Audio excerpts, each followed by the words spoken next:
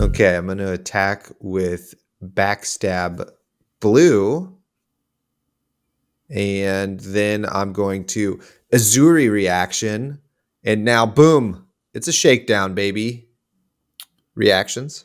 Nice. Yeah, all right. So I'm kind of new, but I got a pendulum trap. I got a spike pit trap. I got a melting point trap. I got a boulder trap. Now I have a laundry list of things that we need to go through and see if they apply. Guys, I think I have the plague. I gotta go. Welcome to the reaction step.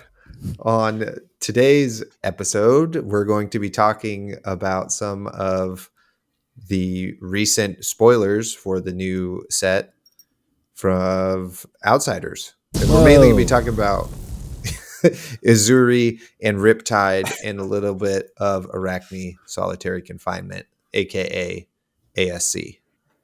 And Colin, unfortunately, we do not have a cure for bloodrot or plague yet in this set. Spoiler TBA. So you're fucked. It's nice knowing you guys, and tell my wife that I love her.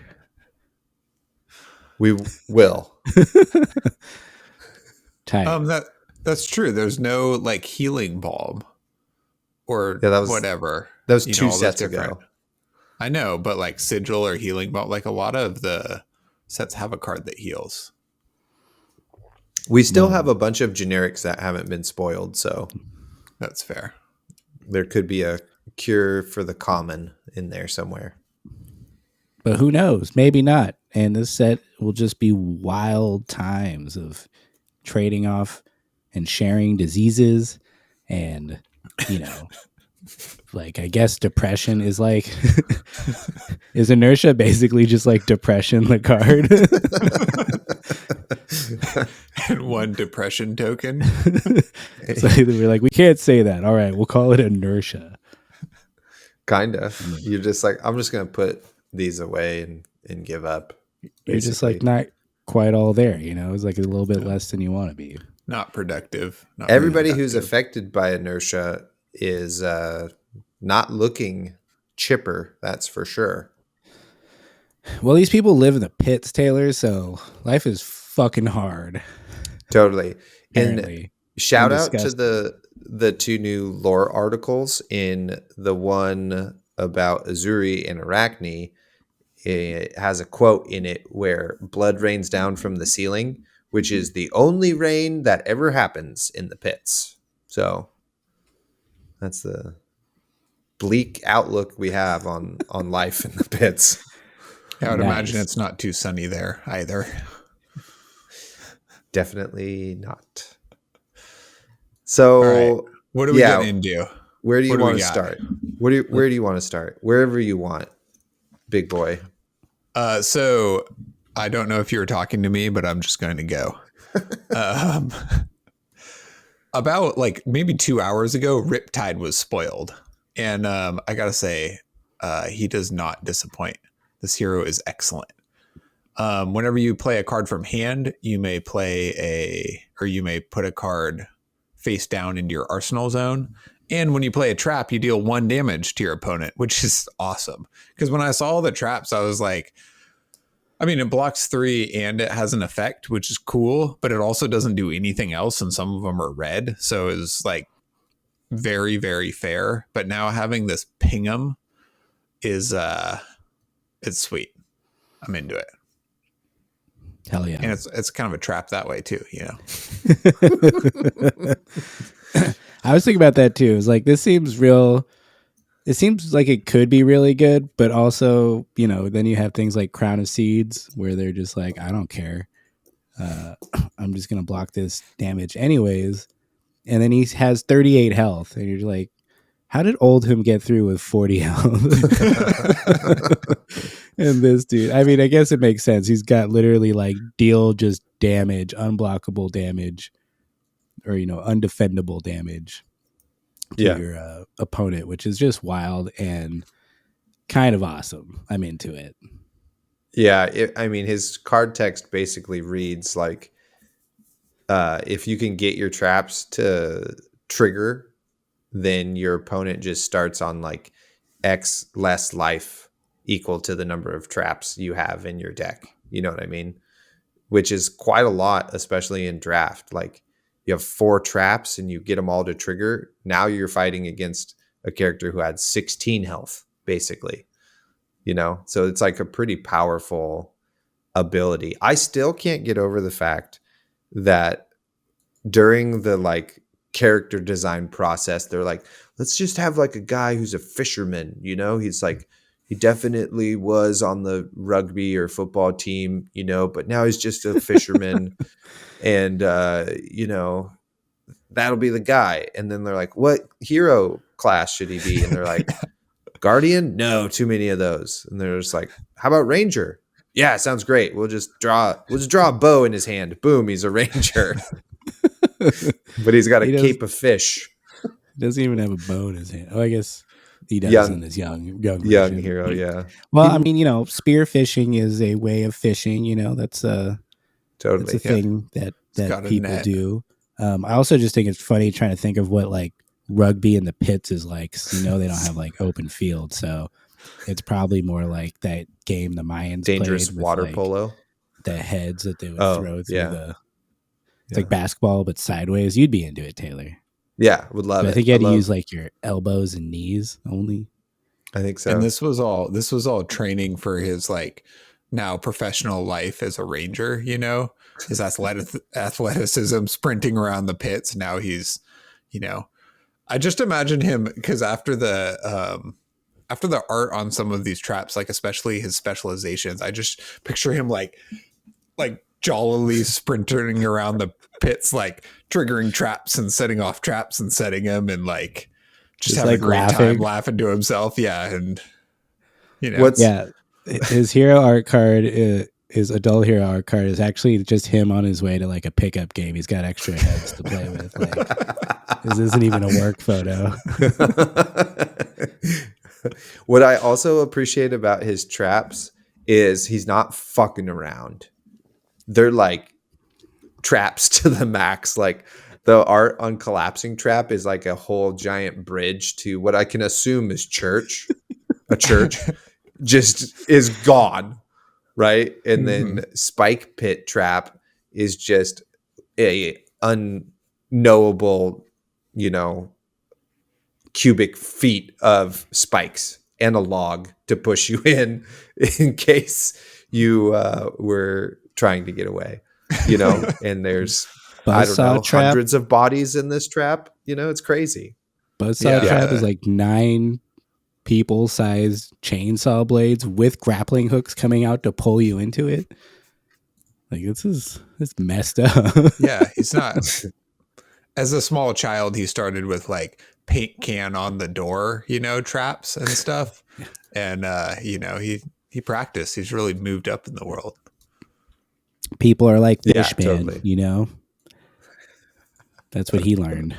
Oh man, buzzsaw trap is crazy because not only does it have buzzsaws in the water, it also has grappling hooks. That's what I said. It has grappling hooks. I know, but it's just still crazy to me that there's multiple grappling hooks.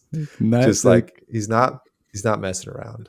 All of these things are horrifying. Pendulum trap, just slicing the person uncleanly in half.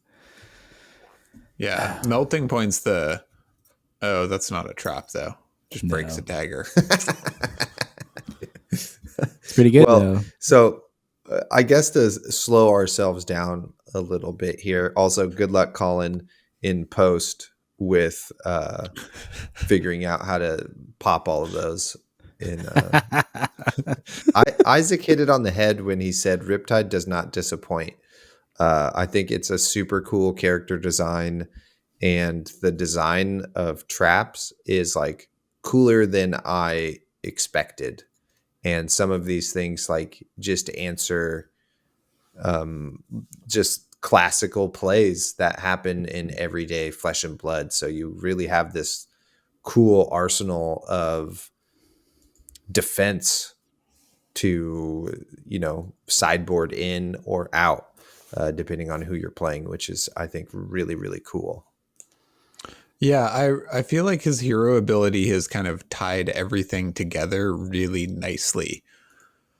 Like, so his ability, like when you play a card from hand, you can put a card into your arsenal. So this like allows you to play a buff from hand and then load an arrow into or put an arrow into your arsenal and then pay to flip it up and get an aim counter. It allows you to play a trap on your opponent's turn and then like pseudo reload one of the Crucible era traps, or just an arrow for you to use on your turn. So it's like a really broadly applicable ability that I'm still like trying to figure out all the ways this applies, but it's pretty sweet. And as like, I'm still pretty disappointed in aim counters, but some of these arrows are powerful enough with aim counters that you can see how it now kind of becomes worth it to like, play a trap, put an arrow, face down an arsenal, next turn, play a buff, play it, put an aim counter and play an arrow, and the value will actually be there. Like, especially if you get one of these buffs that's like 1 for 4, and then you flip an arrow, then fire it. That's like a blue and 3 cards for a 10 damage arrow with a hit effect, Yeah. So yeah, we're getting there. Ranger's doing it. Riptide had to fucking, get up out of the pits, put his fishing empire on hold. But he's doing it. We're going to do it, Rangers. The other thing I thought about his hero ability is you can defend with a card from hand, or I don't know how to do this. You can loop in 2 traps out of your arsenal to get around dominate. Yeah, totally. Like play one from hand. Yeah. Reload the other one, play it from arsenal. Definitely, yes. Yeah. Or like defend with a card from hand and then play your trap from arsenal, or play your trap from arsenal, trap from hand, reload another one, 3rd trap, boom, take no damage. 3 damage if they somehow all apply. Yeah, exactly. Well, because you have a triplet of something, boulder trap. Yeah.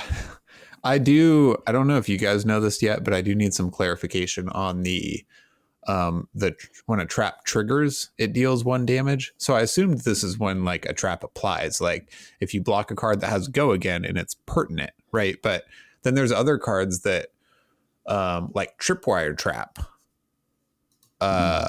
hit effects don't apply unless they pay 1. So does it trigger if there's a hit effect? Does it trigger if they don't pay 1? How does, you know what I mean? How does this all work? I think if the negative thing of the trap happens, it's triggered. And I think for the newer cards, that makes it a little easier. But for the older ones, it gets more confusing because it's all like pay and do a thing. But I think basically if it applies the negative trap part of it, then you deal your 1 damage. That'd be my guess. Pitfall trap would deal 3 damage. Nice. Yeah, dude. He's just be fucking chipping you on your turns. Be tight. Yeah, I think the cool thing about Riptide's ability is it makes this bow make a lot more sense, because previously it was like, oh, we can put an arrow face up and then you can flip it, flip a face down arrow face up and get an aim counter. It's just like, well, those things are just diametrically opposed to each other. It's like a flow of things, but it's like, okay, now he just puts arrows in face down so he can use his bow to flip it up and get an aim counter, which does seem cool. I do think it does seem weird that it seems like, I just said seems like 8 times. It seems weird, 9, that there is no death dealer in the set, which I think we all assumed would be there because it's Azalea's signature weapon and she's in the set. So maybe it's somewhere else, like not in like the normal numeric order of things, but currently it seems like there's no room for it, which Isaac, tell me how you feel about that. Terrible. We haven't seen it. So there's been like a slight ramp in power with buffs and arrows and aim counters, I guess, with the barbed castaway, in that now you can like I said, pitch a blue, play a buff for 4, and then play an arrow with an aim counter, and it's a little bit better than you used to be able to do. But it's just like, without Death Dealer giving you an extra card a turn, and without Skullbone Crosswrap opting, you like Azalea's only ability is that you can blind Azalea and have arrows in your deck, and this applies sometimes in limited. I've like won plenty of games where I pitch stacked my final dominate arrow, or like your deck's half arrows, so doing pretty good. Just blind Azalea, but that, like, as it stands, that's pretty underwhelming. Hopefully, she's still good, and the rest of the cards round her out, or like with the power of these new arrows and stuff, her ability is still applicable. It's just like playing, like taking damage to then load an arrow, or to just have a card in arsenal and then blind Azalea and kind of work with that, is not really the efficient exchanges, calculated exchanges in Flesh and Blood that you're usually trying to make. So yeah, I guess we'll see. I don't know. How do you guys feel about the old school Ranger compared to Riptide? I wonder if then Azalea's hero text will change. That's my wonder, is because even though we still have Azalea, we still haven't seen the card. So the hero text could be slightly different to kind of help with how Barbed Castaway kind of works, or, to clean up her design a little bit. But I'm not sure. But yeah, Death Dealer was like a really big part of that, and Barbed Castaway to me feels really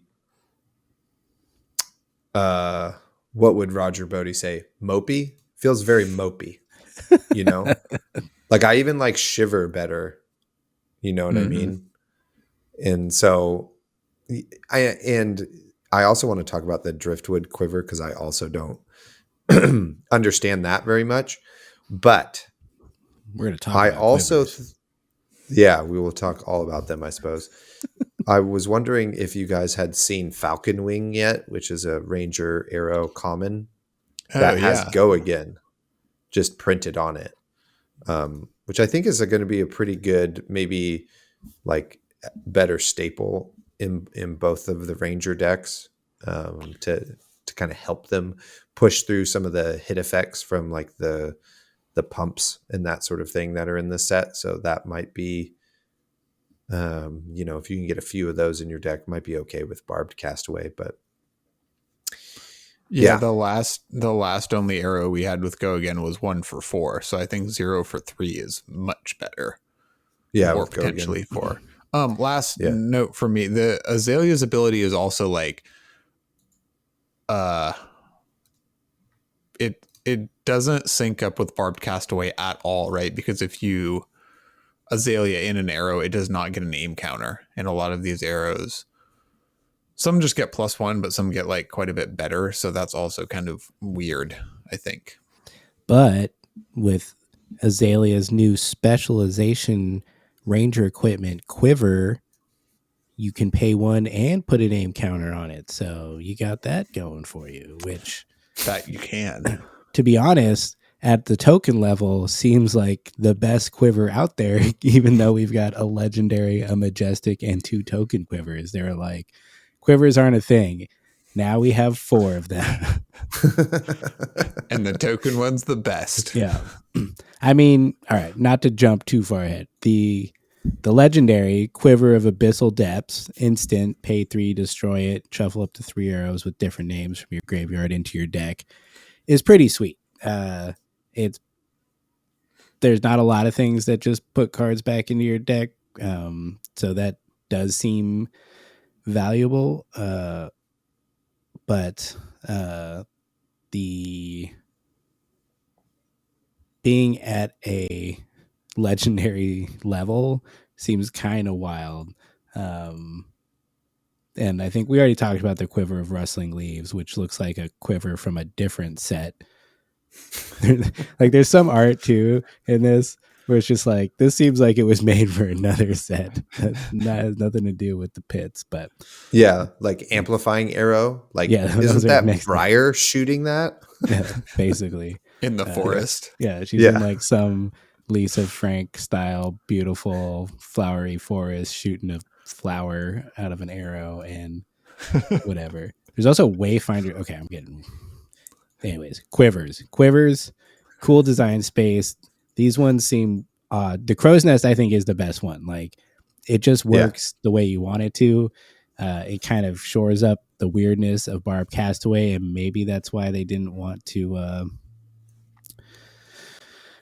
bring back Death Dealer. Maybe that whole just kind of process was too Azalea folk. I don't understand why they didn't do it, but I'm just trying to guess here. But yeah, I don't know. Isaac, tell me about quivers.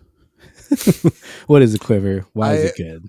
I agree. The legendary abysmal depths is like pretty disappointing, because so Azalea and CC is shuffling our deck anyway because of knock. So ruining your pitch stack isn't that bad. Being able to make use of another blue to get 3 arrows back is like pretty good. But it's just like, I guess with legendary equipment, you're looking for something like integral that is like part of your hero and playing the game, like Shuko or Crown of Seeds, or even like New Horizon or something like that, right? And then this is just feels like kind of just a bit underwhelming at cold foil legendary equipment piece, Yeah, I do totally. Yeah, I do really like Crow's Nest because so previously in Azalea, you would kind of run like yellow arrows because they were at a 4 breakpoint, and your deck would be super redline, free pump, pay for Death Dealer, pay for an arrow, right? So all you need was a few yellows and reds.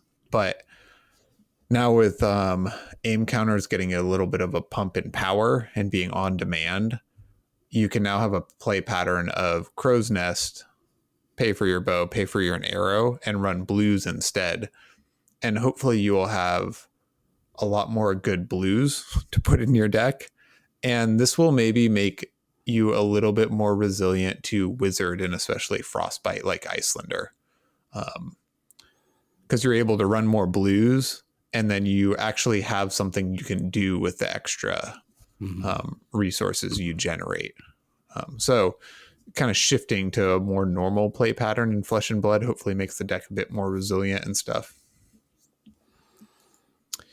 Yeah, the way what I read out of the quivers is that because no other class has access really to an extra piece of equipment other than Guardian, and even then, like, I think they've learned their lesson with shields, that both of the shields are a little pushed potentially.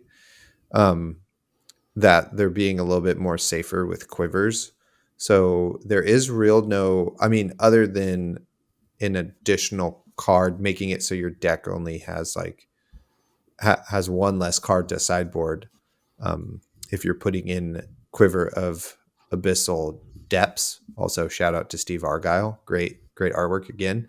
But so there's a bit of a like opportunity cost that you have this extra equipment piece now that nobody else has access to, so that the power level is like a little lower. Like, it doesn't really cost you anything to run Quiver of Depths, you know what I mean?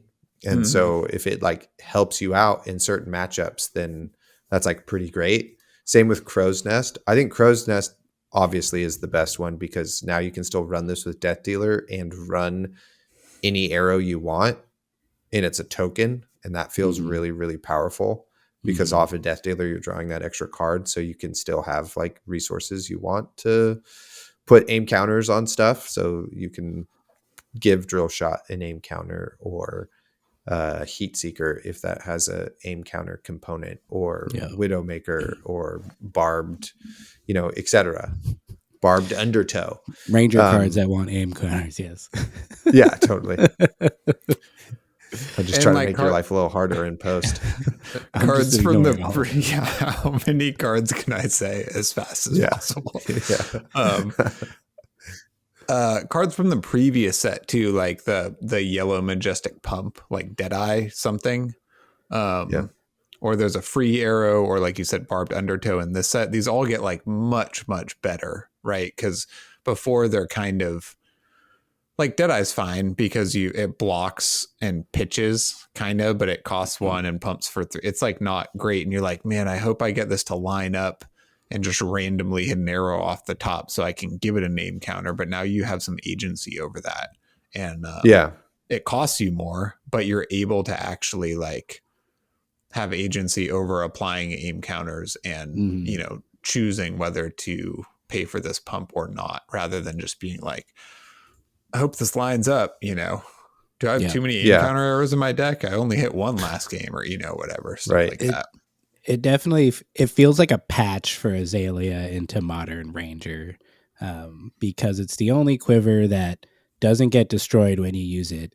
It's not once per turn. It's whenever you put an arrow face up in into your arsenal from your deck, you can do this. So it really feels like they're like, Azalea needs this to function in this new design space that we've come up with, which maybe they didn't have in mind when they first started. So they're just kind of like giving this ability to her through this token card, which I think is really cool, especially compared to Riptide's quiver, which seems less good.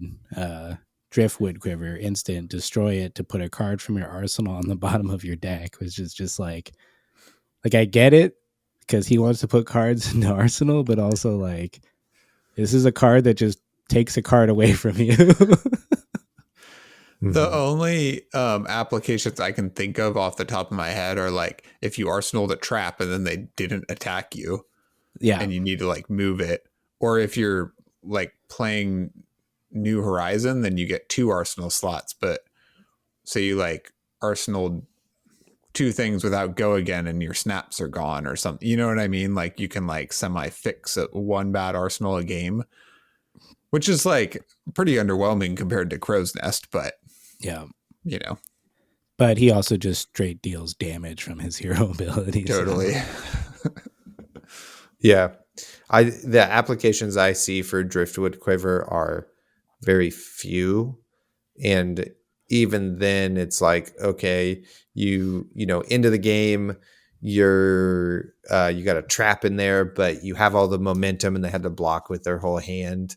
And then you can like Driftwood Quiver your trap that is going back into your like 7 card deck that you're going to see in 2 turns anyway. So, it solves one turn, hopefully, for you to close out the game, I guess, which is kind of what you guys alluded to. But still, it's like, well, I don't, or you have an arrow in there and you need space to put another trap in there to deal 2 damage, I suppose.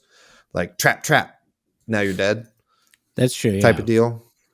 Yeah. I think is probably the most compelling idea for it, is to get a second trap in that will deal an extra damage that can win you the game, which could be pretty cool. Yeah. It probably is like a high skill thing where, since it's only one time use, you will find really good moments to use it, or you will never use it and wish you had at some point.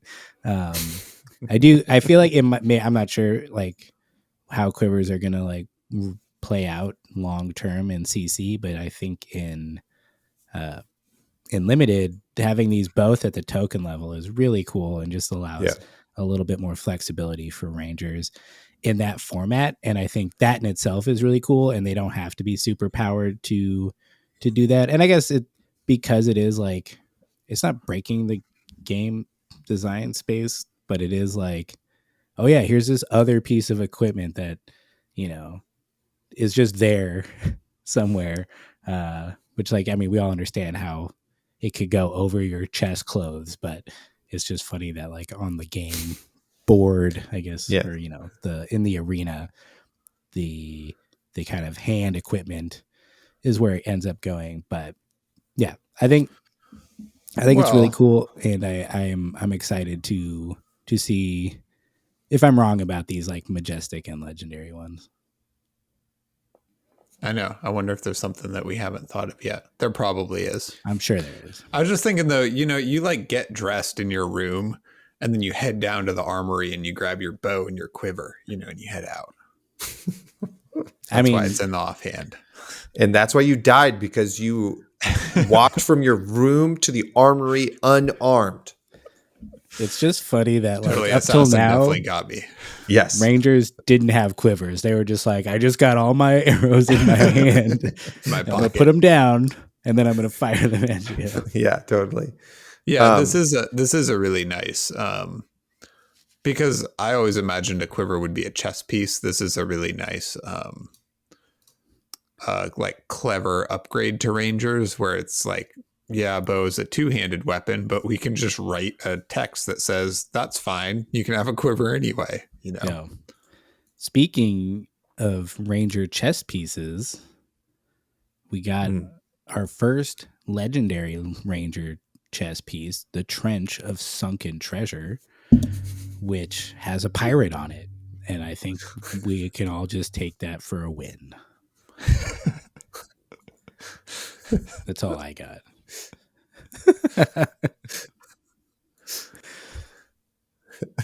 Maybe it's Azalea with a fake beard and a pirate disguise.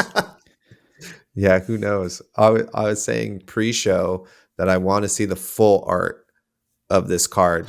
Like, who is this dude?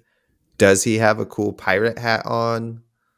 What is that piece of driftwood he has in his arm? Etc. Yeah, dude, 100% does know. not look like a ranger, but Neither does Riptide. Ranger. Don't put them in a box, dude. Rangers can look like anything. That's true. It is a fairly amorphous term, but yeah, dude looks dope. The trench is cool. I guess I should say what it does. Has a once per turn instant. Put a face down card from your arsenal on the bottom of your deck, gain a resource. So pretty sweet. It also has Arcane Barrier 1, which is kind of crazy because there's no Arcane Barrier in this whole set, or Arcane damage in this whole set, as far as I can tell. And it has Blade Break, and 1 blocks 1. So, I don't know. We got all the. I guess it doesn't work with Driftwood Quiver because you still want to. I guess it is Driftwood Quiver, but it's in a trench coat, and you gain a resource. Yeah, so it's better. Azalea now has AB3 naturally if you run this. That's pretty cool. I don't know if you would want to run this over Tunic, but on equipment that actually functions, which is pretty cool. Yeah. That's yeah, it's hard because it actively works against Azalea's hero ability. And I think this is just a Ranger quandary that we find ourselves in, is like the hero abilities, the weapon, the arrows, the traps, they all kind of work against each other in a way that is just like, it's like, those like infomercials where someone tries to pick up a loaf of bread, but it's like the whole bread outside of the bag and then they fumble it and drop it all down. That's what I feel like Ranger is trying to do in playing in this game. If you're not Lexi is obviously a different, type of Ranger who just does cool shit all the time. I'm wondering, so I just had this thought. Is there a way to like turbo stack your deck now as Azalea with this thing? So it's like, stop me, Ranger expert Isaac, if I'm wrong here. So you Skullbone cross wrap, look at a card, and then before, so you're like, okay, I want that in there. Then you trench of the sunken treasure that card away, have an extra resource, pay for it for Death Dealer, load the next thing you want under that, and then Azalea that card back under your deck, and then you have something with Dominate and flip that in. And then if you like repeat that, do you like then turbo into like thinning your deck and pitch stacking the whole thing? And then now you have like second cycle, just like blam, blam, blam, blam, blam, blam, blam. Is that what happens? Yeah, I love it. I love this idea. And you can like read the glide path and fate foreseen and foresight if that's still around or a thing. You know what I mean? I love it. Great. Sweet. Okay, I did it. I broke it. That's how you do it. I mean, so you can never knock, right? Because Right. that shuffles your deck, or Quiver of the Abysmal Depths, I believe it's called. Yeah. I think that's awesome. And Abyssal. if you're more of an expert than I, you can do this and win the game. The only thing, so looking at this card, like at face value, you're trading a card for a resource, which is like not great. It does free up bad arsenals or move just shit out of the way for Riptide, because apparently it seems like he wants to do that all the time. But you know what I mean? Like a card for a resource is like not good. But if you can find some sort of synergy in the deck that helps out with that, you know, maybe Riptide maybe he runs New Horizon. I was just imagining him, you know, that beautiful blonde woman in New Horizon, but now it's Riptide wearing that stuff. And the golden he killed light. her and took her hood. That's what happened. Anyway. I think it's really interesting, the addition of Arcane Barrier on there, because it does feel like in that, you know, scenario, the sinking your card, gaining a resource, and then using that to prevent arcane damage is like pretty cool if you need to, and like the card in your arsenal is like not important, or you just need to survive kind of situation. I think that is really interesting, and I don't know, probably just because it's stacked on top of each other, but I feel like that's probably like one of the main things. But yeah, it's really interesting. It does feel like probably better in Riptide because, you know, because Azalea needs a card in her arsenal to do what she wants to do. So I don't know. We'll find out. I'm excited to try a little bit of Riptide and maybe Azalea. At least like in Draft and Limited, I'll get a chance to like do it, you know? Yeah. I think that's really exciting because I think I've said that in the past of like, yeah, this looks really cool. And then I just go play other things that I like better. I mean, so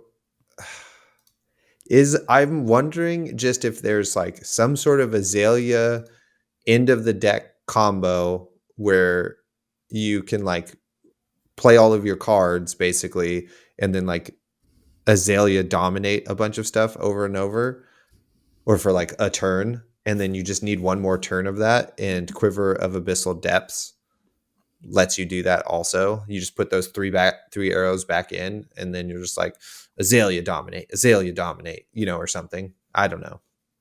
That's hard because that also shuffles. So then you're not choosing what you hit off the top. But yeah, that's true. You have to shuffle those three cards. And then you have the Dominate. It falls apart. The Dominate issue where they only block with one card. So they still have three or four cards to come back at you with. So I do think, why not? I mean, there's more like Rangers at this point. It's got to be one of the, well, I guess all the elemental Ranger stuff doesn't really apply here, but I was gonna say Rangers got a lot of cards in its pool, but probably not as much as some other classes still. Shout out to Zane in our Discord who said this first. Running this against Wizard makes like Feign Death and Oasis Respite more playable, right? Because it's like you can always have a Tunic counter on demand, but you still have to trade a card for it, but you can trade your arsenal card instead of a card from hand if you so choose. Yeah. You still have the ranger issue where you can't arsenal said defensive card and then wait for it to be applicable. You just have to draw it when it's time to use it because you need your arsenal for other things, which still sucks. But Well, so now you can arsenal it and move it and get some value out of it. mm-hmm. Which I guess you can do anyway with Azalea's ability and cross wrap, but yeah, I don't know. Speaking of secrets and trickiness, let's can we move on to well, actually, I want to talk about, sorry, before we segue. I did want to kind of highlight some of the common arrows, which I think are just super baller. Like spire sniping. You get to look at, you basically opt 2, which is freaking awesome. And Widowmaker, which just like gets crazy buffed. Like those are really good common arrows. Yeah, you know, totally. I was going to talk about Widowmaker in our upcoming episode, but I agree. Like Widowmaker and Lexi is just insane, you know? Yeah. Yeah. I love that it's got third that arrow. It just buys cards or is like way overpowered. Sorry, go ahead, Colin. No, I would say I like it. It's got that brute flavor of like having to block with 2 cards or it gets buffed. And it's just like, that's really dope. I honestly thought it was a Majestic just because of the way it looks and how powerful it seems. So I'm glad you pointed out that it is a common card. Yeah, they're like really powerful, which is awesome. Spire sniping is just an upgrade for Azalea, right? It's just much better. It's weird that because you can't bottom them. That's why it doesn't say opt 2. Yeah. Okay, moving on. Yeah, but you can't put them back in a different order, which, does. I think I was going to say earlier that there's a couple cards, I think even in the generic pool, that allow you to look or manipulate the top of the deck that could help with Azalea's ability. My last call out for Ranger stuff is the common headpiece Wayfinder's Crest, which again looks like it's from a different set, but it looks dope. It's just like this beautiful card. I hope it's in like extended art cold foil alt art kind of situation because it's just very like, I don't know, it's very pleasing. It looks like American Southwest kind of native landscape situation that I'm super into, and also lets you look at the top card of the hero's deck. So pretty cool. You know who also lets you look at the hero's top card of a deck? Old Arachne, who's an assassin. Let's talk about Uzuri Switchblade. Boom, segue. Twice. Flawless. You switchbladed us. Totally, you switched out the topic. We didn't even see it coming. Crazy. So Uzuri is really cool. So they have a once per turn attack reaction. Banish a card from your hand face down. Colin. Important for if you're against a wizard. Colin. Colin. Turn the card banished this way face up. If it's an attack action card with 2 or less cost, put target attacking card with stealth from the active chain link on the bottom of its owner's deck, then put the banished card onto the active chain link as the attacking card. So basically you play a stealth card, Uzuri it, and then you banish your freaking sweeter attack and then play it in place of the card with stealth, which is a ton of fun. And if you want to see me flub through some of that, you can go check out our YouTube page, which maybe you're currently on, and watch me play it live. Hell yeah. Yeah, this is such an interesting hero ability, and I think is gonna be a bit wild out there trying to figure out how to do it well. But the colon was an important call out. I didn't see it. We were talking about this earlier today, and I was just like, why do you banish it face down and then turn it face up? Like, this makes no sense to me. But as Taylor points out, that is that happens, and then there's priority, and then you flip it up. Which I don't know Then it why. resolves. Like, in what situation do you like banish a card that you can't switch out? I don't know. It's just funny that it's like, if it's this, you can do this thing, and it's like, I guess they needed to set a condition for it to work and limit it, but it's just really funny that, like, what if you just banish a card and you're like, oh shit, I can't play this card. Anyways, Is there a aside. priority window after you banish it face down? Yep. I It's think all so. part of the same text for her attack reaction, though. So it seems like, because it's the cost followed by their resolution. Yeah, the gotcha. cost Correct. is banishing the card. Yeah. Yeah. Yep. It's confusing because it's not in bold. Yeah. maybe. So And it's most applicable against wizards, as you can find out in the last Saturday's stream where I'm playing. When you go to test your cool new deck against normal heroes that do melee damage, and then the people who queue up are two different wizards, and you're like, okay, well, we'll see what happens. yeah, that's what I was thinking. So if you, it doesn't matter. So if you swapped it out and then they gave you a frostbite, they could play Uzuri could play another attack reaction in response to the frostbite, but this way they can give you a frostbite in the middle. Is that how that works? Yeah. So So it's it gives you a window to frostbite, so then they can't play their attack reaction correct. for free or whatever. Thanks, Michael Hamilton. I don't even know if that's right still, but I think so, right? Because if they're going to play a free attack reaction on it, Yeah. Okay. Yeah. Because you'd have to let the other. I think you have to let the attack reaction resolve before you play another one.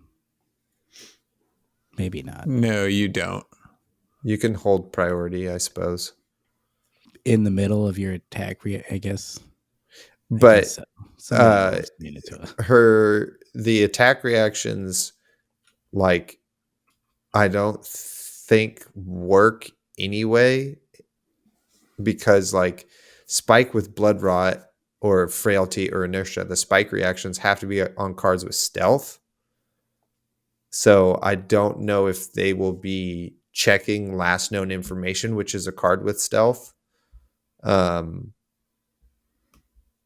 which would be pretty crazy. So you would like banish your card and then hold priority and then play spike with bloodrot. And then if it's not a attack reaction with stealth, or an attack action card with stealth, but you have to target it, so it has to be out there. So never mind. It all doesn't work. You could still play what's the one that gives a defending card -4? Shred. Well, they have to defend with a card for you to, because it's also a target. Right. So if they don't defend with a card before reactions, you can't play it at all. Yeah. I just mean if you swapped in her specialization or something, you could still play Shred. It doesn't have to be a stealth card. But yeah. Anyway, sorry everyone. We really should have done our homework and polished this beforehand. But no, it's great. Everybody. So like things like it is limiting. So like if you do attack with backstab, which has stealth, and then play spike with bloodrot, and then if you Uzuri after that, and then it's a card without stealth, or that isn't the target of backstab, then it all fizzles. So you have to have the original attack. Yeah. I think the target for attack reactions has to remain for that reaction to stay there. So, but with Uzuri's ability, you can do stupid shit like swap in a sneak attack and then pummel it.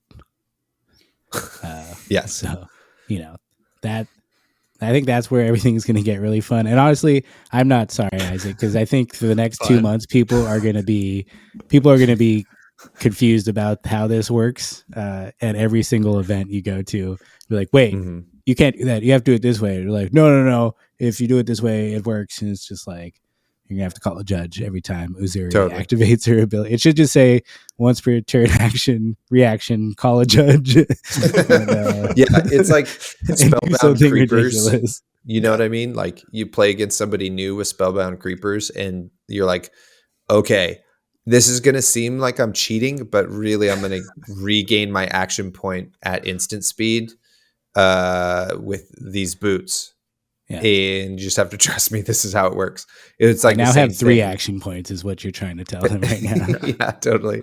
And you're like, yeah, no, I don't have to pay the cost, even though this costs 2. And yeah, no, it still gets its hit effect, etc. So Yeah. it feels like cheating. This is gonna be super fun. I think we were already talking about in the chats in the Discord of like, we focus mostly on the 2-cost cards, but there's 2 and below is like so many attacks that you could just throw in there. But of course, perennial shout out to Pursuit of Knowledge being the card we most want to play but can't quite figure out how to get it in there. But it's just not good. It's not good. But if you Uzuri it in and they don't have a reaction, man, you got it. You get 5 intellect. We're gonna get there. Yeah, totally. It would actually 5 intellect would be nice for Uzuri because all of these daggers, which now we have a buttload of, all cost 2. So having an extra card to pay for dagger would be awesome. Dagger. Which, speaking of daggers, we now have the OGs, Spider's Bites. Now we have Nerve Scalpel, Orbitoclast, which I think is my favorite artwork out of the daggers, and Scale Peeler. All daggers we can have. And now we can fucking throw daggers at you and then go into our bag and re-equip our daggers. Somehow. That's like a whole thing Assassin is doing now. Wait, is that? I thought only ninjas could re-equip their daggers. Currently, is there a card for Assassin that does this? Assassin/ninja card. Oh, that's right. Ooh. I feel like we literally just talked about this too. We totally did pre-show and you guys totally forgot, but it's totally fine because I'm here to help you out. The card is called, Hurl. As soon as I find it, is Concealed Blade, Assassin Ninja Attack Reaction. Oh, yeah. It's a blue, blocks for 3. Target Assassin or Ninja Attack Action card gains +1. And when this hits, equip a dagger from your inventory. That's funny that they said inventory, as that's not a word that I'm aware of existing in this game until now. Does that mean you have to like declare an inventory? It should say sideboard. Yeah. Well, it's a Corsham situation. It's thematic text that has a real games text card that all of the judges are sent. Yeah, that makes sense. I don't want to talk shit, but it looks like they just pasted this guy's face on this card. It's just something off about the face on that Concealed Blade card that is off to me. But great. So we have a way of doing it. And there's still like room for I think a legendary piece of assess. Is there? All right. I'm going to go on a tangent because I'm really confused about this. Thank you. Oh, maybe because of their weapons. That's probably the reason. I was going to say, why is the legendary assassin equipment after all the majestic daggers? Is that because the weapons come first? Is that what happens? I think it does. Yes. We're done. Yes. Thank you for joining my dumb talk. What a rant. Really went off the rails on that one. Then what is this number so 4 card? What's it gonna? Unless I'm just looking at the wrong thing. I think that's going to be the token weapon. So as of this recording, we don't know what assassin card number 4 is, which is going to be the token weapon.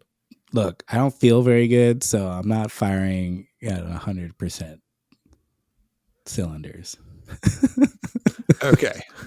So Somebody get him back into dagger mode. Daggers, daggers. My initial thoughts for Uzuri, right, are, first of all, this is bananas, right? Like we all thought of like CNC, Erase Face, Pursuit of Knowledge, whatever. Her specialization, just all the hardest hitting cards are like gnarly to sneak attack in, especially a CNC, because you can just get an extra card out of your opponent. And then if your opponent is just blocking for 6 every turn, I feel like you're kind of winning because that's the game you want to be playing, right? 2 cards back and forth. However, using her ability does cost you 2 cards, right? Like you have to attack with one and then you swap one out and you swap it back into your deck. So it maintains the threat density in your deck, kind of, with those, little stealth cards for 3. But as far as just like damage production on a turn, there's no go again. And I mean, don't get me wrong, it's still really good, but you do kind of need an extra card, which is made up for by like being able to play Erase Face for free, I guess. And maybe you can sneak some Black Tech Whispers in there for some go again, for some like wider stuff, or you could Uzuri and Ravenous Rabble and get go again, and then play Leave No Witnesses afterwards. Something like that could be pretty cool. But I guess I'm wondering how do you win the game, right? Because you can do these really funky things, and Assassin has a lot of attack reactions, so you can chip damage with the daggers, chip damage with attack reactions. Maybe you like get a few cards off their deck with some of the better like Leave No Witnesses contract cards. But I'm just wondering, Taylor, you have played a game with Uzuri. How does this play out? Are you just like playing a mid-range chippy game the whole time and then outvalue them? So the daggers, in my opinion, tie the whole thing together. So then you're for Uzuri, you're really leaning on your dagger choices, because now you have one like Nerve Scalpel, It's right? A lot of sideboard Takes care. slots. Yeah, I mean, you need one of each, but that's still like a lot of equipment. You don't need 2 of each. You know what I mean? But so like Nerve Scalpel, if anybody's going to be using defense reactions against you, that's taking care of that business. Orbitoclast is taking care of your non-attack actions, and Scale Peeler is taking care of like equipment. So depending on the matchup, you're going to be really leaning into your daggers to lower their defense to kind of win you Uzuri to get your damage through. And that sort of thing. Like Azuring in Death Touch is like pretty sick. Shakedown is really good. So you are kind of just like, because you have some of the better 2 card hands, you can kind of block with a few more cards and then Uzuri in like a bigger attack. But you can also like have push your damage with lowering the defense of the likely thing they're going to defend you with. Which seems like how it's going to go.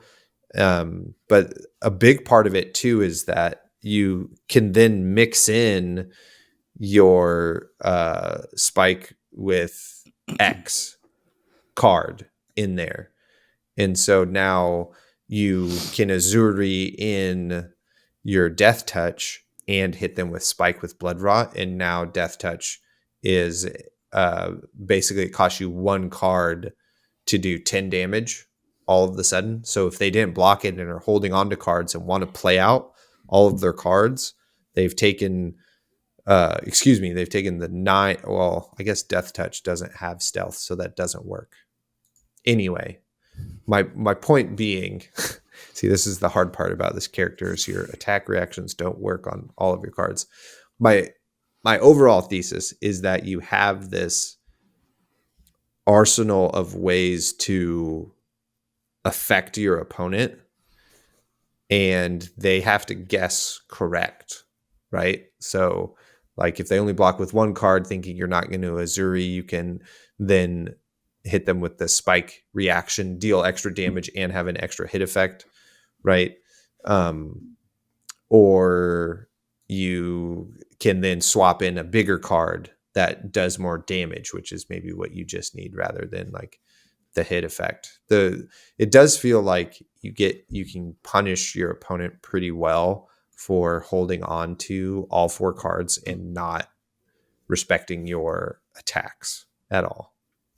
That's what it feels like. Yeah, it's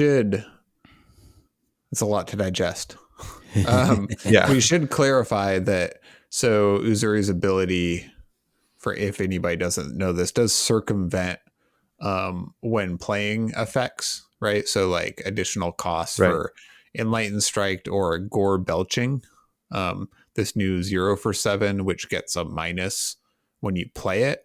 But if you Uzuri reaction it in, is just a 0 for 7.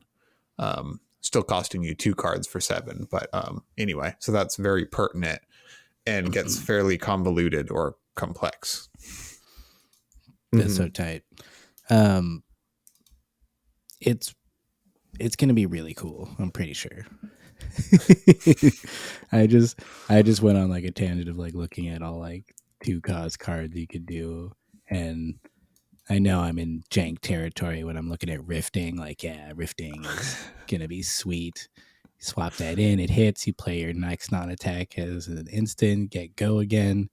And I'm just like, I don't think she has enough cards to do this, unless Pursuit of Knowledge hit last turn and we got 5 cards now.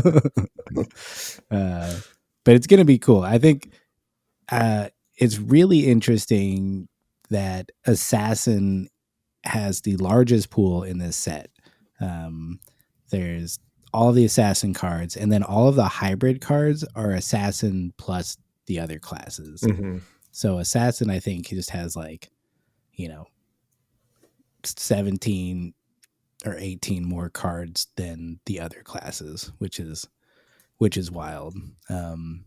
But it does also seem like some of the generics are very much more tuned to be played with certain heroes and classes, so it probably balances out a bit. But it's gonna be really, really cool, and I'm excited for the kind of player development of Uzuri's kind of play style and where it kind of lands as like, is contract important? Is stealth the way to go? Is it just like,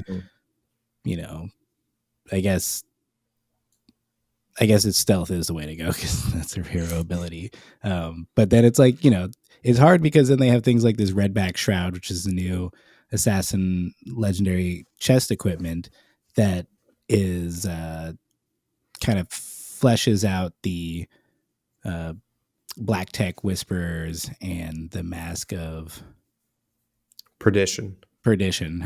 I was like, is it Perdition, or am I just thinking about the Road to Perdition, which someone mentioned the other day, where it wants silver to like gain it back, but if you're not running a lot of contract, I don't know, it gets a little bit weird there. But that card also seems really cool because as an attack reaction, you can destroy it. The next attack reaction card you play this turn costs 1 less to play, so you could do shit like pay 1 for a pummel after you Uzuri something that costs 2 in there. But yeah, it's there's a lot of like, I heard someone say that with Uzuri, or I think I guess someone said that James White had said that Uzuri was going to have more of like a warrior kind of feeling. It does. And I think there's a lot of like, here's my blue stealth card that's going to attack for 1. And then you just sit there and you're like, do you want to block 6? Do you want to block, just 3? How do you want to do this? And like pretty much every decision they make probably feels bad. And so it's just going to be a lot of like figuring out how to capitalize on your opponent not knowing or being afraid of what could happen, and then really going from there. Because even if you just swap it out for a better attack with stealth, and then you spike it or something, like that in itself could be good, because like the threat of what you can do is there, and they have to guess whether or not you've got something to lay on top there.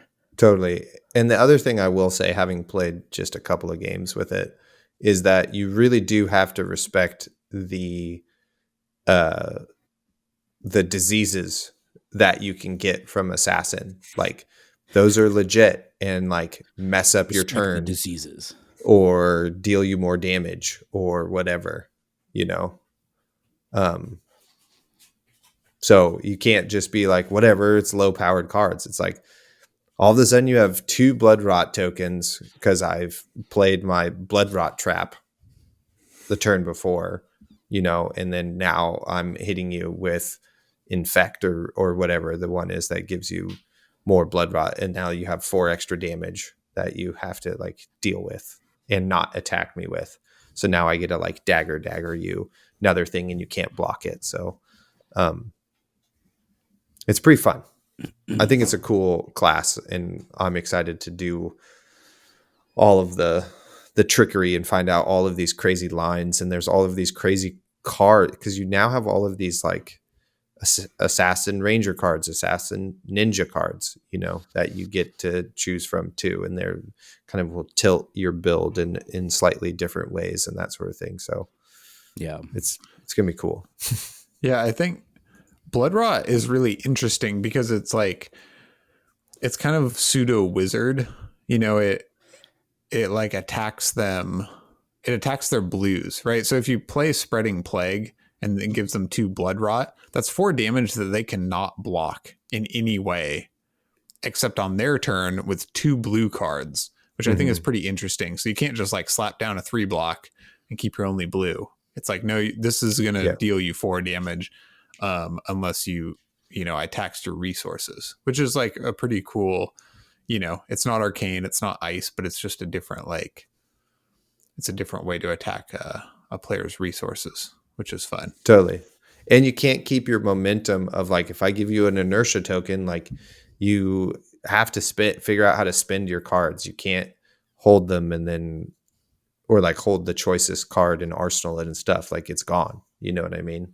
So it's like, it's really challenging to gain the upper hand against Uzuri. Yeah, I'm excited for it. I feel like we talked about that there's a bunch of daggers, but we didn't really get into what they do. I guess short story is each one is basically a spider's bite for a different kind of card, including the equipment, non-attack actions, and reactions, which is right. Yeah, reactions. Which I thought at first I made the mistake of only thinking of attack reactions, but defense reactions also get a -1, which is pretty sweet. And then that paired up with flick knives, where you just fucking throw your knives at people to do 1 damage. It was just like, we're in this territory of like, this is doing some really interesting stuff. We can now like pull cards from our sideboard into the game. You might have to run, what is it? 1, 2, And you have 8 like daggers in your sideboard. yeah, which is pretty nuts. I mean, we Which also have like, can't you run 3 of each, because that's the rule on cards? So you could run 12, which is crazy. Because we have a new assassin ninja action, hurl, where as an additional cost to play it, you may pay 1, and when you do, if it hits, you get to then throw your dagger at target hero and deal them 1 damage. You know, which is sick. Yep. You got to bring a lot of daggers. Yeah. Yeah, totally. Actually, and then I guess the last funniest part about Uzuri for me is, so if your opponent's like, my hand's not very good, I'm going to get hard punished here. Okay, I'll just block for 6 or block for 9. And then you swap in your blue for 1 instead and are like, sure. Yeah. I'll buy your cards and then arsenal my actual attack. Yeah. Yeah, totally. Yeah, it's going to be a high skill bluffing. It's just going to be so much fun. It's already been so much fun how interactive OG Arachne has been, and Uzuri Switchblade. And then speaking of Arachne, we have ASC, Arachne Solitary Confinement, whose hero ability is says your first attack with stealth each turn has go again. Well, it's in the pits, so you kind of belch, you know, and so you have stealth because you're belching and stealthing. Your first attack with stealth each turn has go again, which now you have things like now you can play Infect Yellow, which has stealth, and if it hits, you create a blood pox. Are you going to spend your card to block that?